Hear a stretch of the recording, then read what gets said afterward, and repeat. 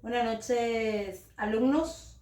Hoy vamos a estar hablando de las bacterias, los virus, las clasificaciones tanto de las células eucariotas y procariotas. Primeramente, ¿qué son los virus? Los organismos acelulares son parásitos intracelulares obligados, es decir, solo se replican en células con metabolismo activo y fuera de ellas se reducen a macromoléculas. ¿Qué nos dicen con respecto a los virus entonces? Que son acelulares, que tienen, son ausentes de células, que son un tipo de parásito intracelulares, que están adentro de las células obligados principalmente y que se replican o que empiezan a reproducirse con el metabolismo. Y fuera de ellas reduce a macromoléculas. ¿Qué nos dice eso? Que necesitan ciertos organismos para que puedan reproducirse, para que puedan vivir a expensa de ellos. Una vez que sale de esos organismos, pasando un tiempo, ellos pueden morir, no pueden vivir sin la presencia de otro organismo. Los hongos, constituidos por organismos eucariotas principalmente terrestres, son células, tienen pared celular, puede ser unicelulares o multicelulares. Todos son heterótrofos, algunos son patógenos, dice, ¿verdad? Entonces, ¿qué nos dice? Los hongos están constituidos por eucariotas, ¿verdad? Principalmente terrestres, dice, que tienen pared celular y también dice que pueden ser unicelulares, dice que están constituidos por una sola célula o multicelulares que tienen muchas células. También habla de algunos patógenos como las tiñas y otras enfermedades de la piel, la roya en plantas o gotas de la papa, dice.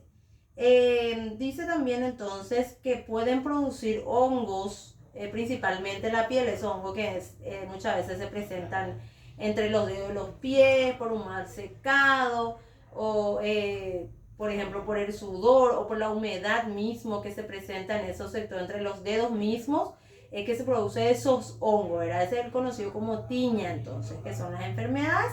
Y la gota de la papa dice que vienen a ser los vegetales que tienen presencia de humedad y empiezan a presentar ciertos hongos y se descomponen. Usados en la industria, como las levaduras, los que dan el sabor a los quesos. Y en medicina, el penicillium.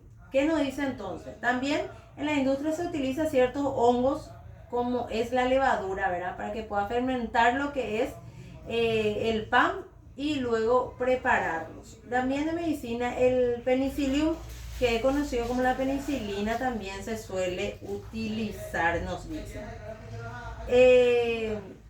Entonces se encuentran en todos esos sectores. Se encuentran en la piel de los seres humanos, podemos encontrar en los vegetales. También nos dice que encontramos en la parte de la medicina también el estudio de estos hongos específicos. Los protozoos son organismos unicelulares cuyas células son eucariotas.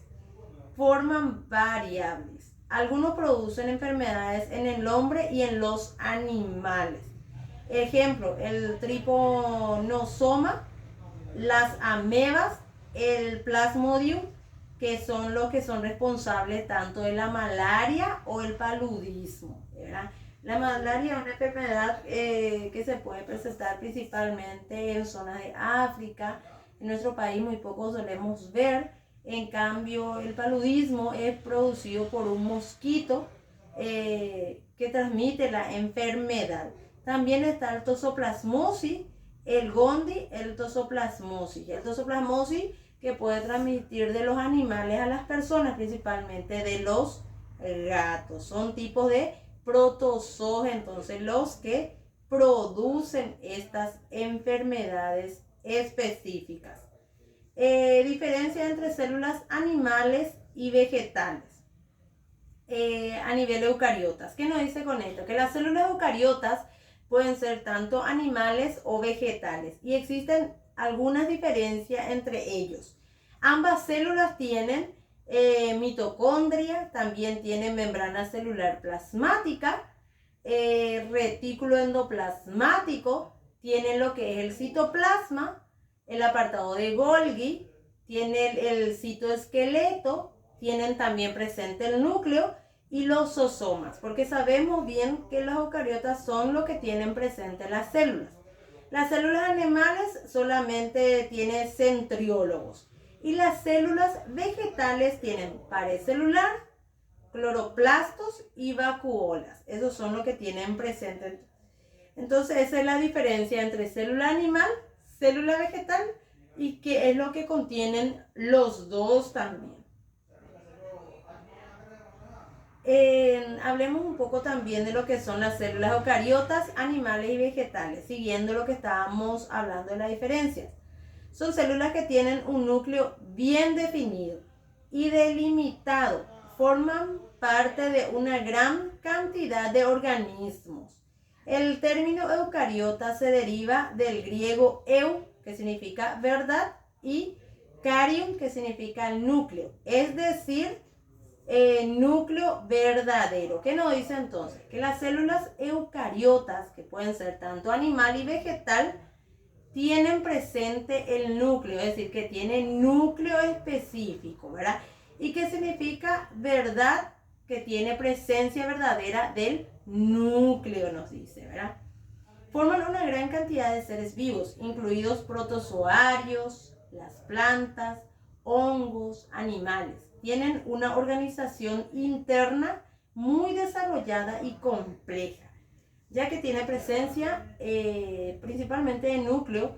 Es un órgano muy, dice, desarrollado y complejo, porque están presentes en seres tantos animales como también en ciertas plantas. Tienen una gran longitud que va desde 10 a 50 unidades. El material genético encuentra envuelto por una membrana que forma un órgano estérico llamado núcleo. Es decir, presenta lo que es tanto el núcleo, y el núcleo tiene una capa recubierta otra vez que se llama membrana, que él protege a ese núcleo. Cada célula debe estar constituida por un núcleo y una membrana plasmática. Sin embargo, los glóbulos rojos no tienen núcleo y las células de músculo estriado pueden presentar varios núcleos. Acá nos hace un poco la diferencia, ¿verdad? Que los glóbulos rojos que están presentes en nuestro cuerpo, principalmente, que es un componente de la sangre, dice que no tienen núcleo, ¿verdad? Entonces no es un grupo de eucariotas. En cambio, las células del músculo estriado sí presentan lo que es el núcleo y son variados. Hablemos un poco de la diferencia de lo que es las células eucariotas y procariotas. Las eucariotas dice que miden entre 10 a 100 unidades. En cambio, las procariotas miden entre 1 a 10, son mucho más pequeños. Las eucariotas presentan núcleo delimitado por la membrana celular. En cambio, las procariotas no poseen núcleo ni membrana celular. Las eucariotas, dice, el ácido desoxirribonucleico, que viene a ser el ADN, constituye a los cromosomas y se encuentran dentro del núcleo. Es decir, las eucariotas tienen presencia de ADN en el núcleo, en el centro de esa célula misma.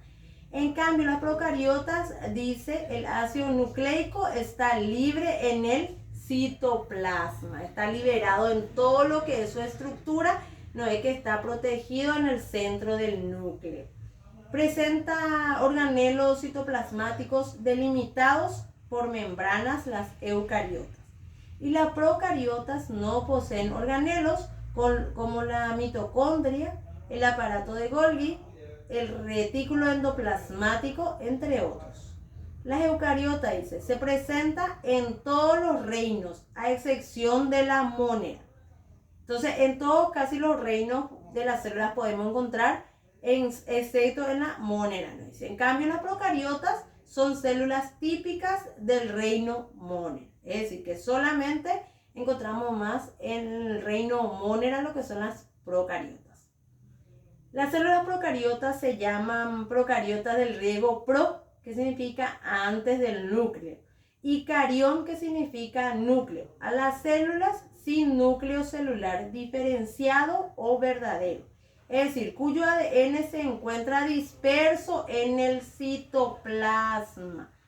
¿Qué nos dice con esto? Que todo lo que es su célula y eso se encuentra disperso en el citoplasma, no es como las eucariotas que se encuentran en el núcleo, en el centro mismo. También van a poder observar en el material de lectura cómo podemos observar ciertas bacterias, ciertos virus, el estreptococos, el bacillus, el vidrios, el espírilos, cómo van formando, ¿verdad? Por ejemplo, el cocos, que son círculos así agrupados. El estreptococos, por ejemplo, son tipo cadenas alargadas. Están los bacilos, que son tipo parásitos separados entre sí. Van a poder observar todo eso en las imágenes del material de lectura. También la estructura de los virus, van a observar en imágenes. También el ciclo que realizan esas bacterias específicamente, van a poder observar cómo se pueden ver, porque sabemos bien que todas las bacterias solo podemos observar en donde, en los microscopios. Las bacterias son organismos unicelulares. Sus células son procariotas, es decir, carecen del núcleo celular. Entonces las células pueden ser unicelulares, que dice que tiene una sola célula, y también que puede ser procariota, que ya hablamos que carecen de núcleo. Su forma es esférica, como el cocos, dice. Van a poder observar en material de lectura cómo se observa. Su forma es alargada, como el bacilo, dice. También su nutrición es fotosintética, descomponedoras, que son los parásitos o los nitrificantes, que se pueden descomponer. También van a poder observar la anatomía de la célula, cómo se puede visualizar. Los microorganismos son aquellos seres vivos más diminutos que únicamente pueden ser apreciados a través del microscopio. En este extenso grupo podemos incluir a los virus, las bacterias y los hongos. Entonces los microorganismos son seres diminutos que no podemos observar a simple vista, sino que solamente a través de un microscopio. Y dice que en este grupo podemos encontrar a los virus, bacterias y hongos. Microorganismos de interés patológico. Las bacterias, la tuberculosis, enfermedades como la tuberculosis, el cólera, fiebre tiroidea, el tétano y la neumonía son producidas por bacterias. Los protozoos, tricomoniasis y amebiasis. Los hongos son la tiña del cuero cabelludo, la dermatomicosis y el pie de atleta, como estábamos hablando. También la tiña, así como le dije que se puede producir en la palma de los pies, ¿verdad? Por la presencia de humedad entre dedos, también se puede producir en la cabeza. A veces decimos tenemos caspa, pero cuando es la presencia aumentado, ¿verdad? Y empieza a como si fuera a rasgar el cuero cabelludo, es la presencia de la tiña ya. Los virus, el virus del SIDA, que produce el SIDA, está el resfriado común o gripe, está la hepatitis, la influenza y la rabia. Todo esto son microorganismos o bacterias principalmente que causan patologías. Así como causan enfermedades tanto en el ser humano, también pueden causar en ciertos vegetales, plantas y animales también. Espero que les haya sido de ayuda este video.